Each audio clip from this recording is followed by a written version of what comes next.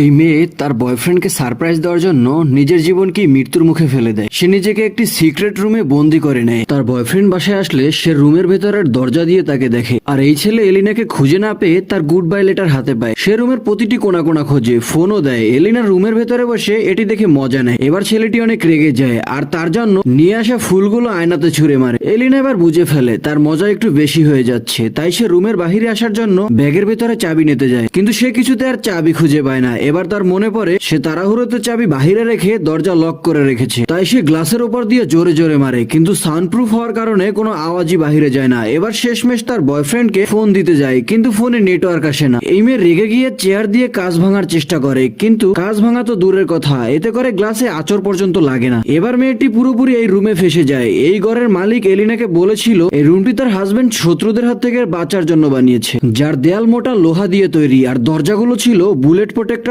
Sound proof. এটা বলে মালিকে জার্মানি চলে যায়। এবার এলিনা ছাড়া কেউই জানতো না সে যে এই রুমে বন্দী হয়ে পড়ে আছে।